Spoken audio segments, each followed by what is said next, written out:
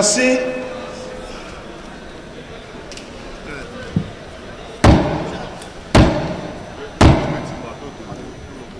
La séance est ouverte. Ouvrons la plénière avec la question relative à l'examen et l'adoption du projet de loi portant reddition des comptes exercice 2024. La plénière a exigé la présence du premier président de la Cour des comptes qui doit venir défendre son rapport devant la représentation nationale conformément à l'article 222 du règlement intérieur. Mais il y a quelque chose que nous devons intérioriser de l'ordre.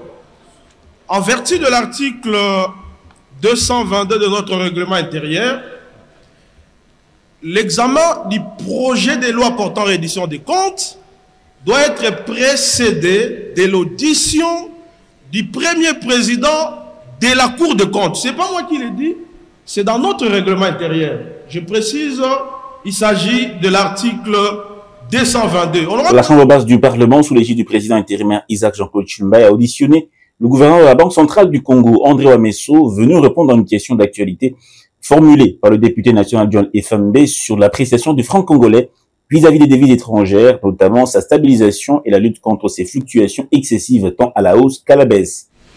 Honorable président de l'Assemblée nationale, honorables membres du bureau, honorables députés et chers collègues, monsieur le gouverneur de la Banque centrale du Congo, je m'en vais très rapidement aux questions pertinentes.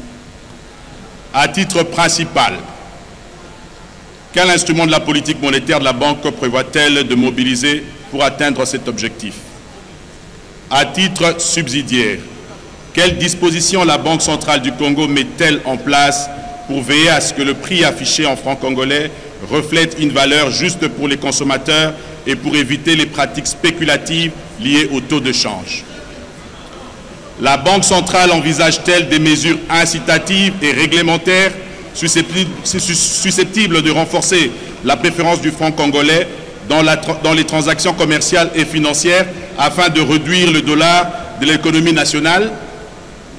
Quelles actions concrètes la Banque centrale envisage-t-elle entreprendre pour promouvoir l'utilisation de moyens de paiement numériques en francs congolais de manière à ce que les dénouements de transactions se fassent davantage en francs congolais? Prenant la parole devant la plénière, le gouverneur de la Banque centrale du Congo, André Wameso, a d'abord remercié la représentation nationale avant de répondre à la question d'actualité et révélant ainsi les raisons de l'appréciation de la monnaie locale face aux devises étrangères et ses conséquences sur le cadre macroéconomique. L'article premier de notre Constitution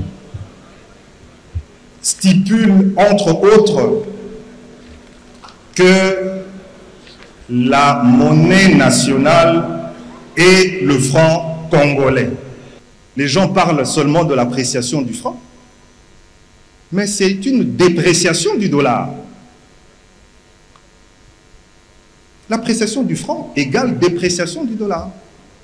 Et comme nous sommes dans un traumatisme lié à l'hyperinflation, on ne veut pas l'accepter tout simplement. On ne veut pas accepter que le roi dollar s'est déprécié. Mais c'est la réalité.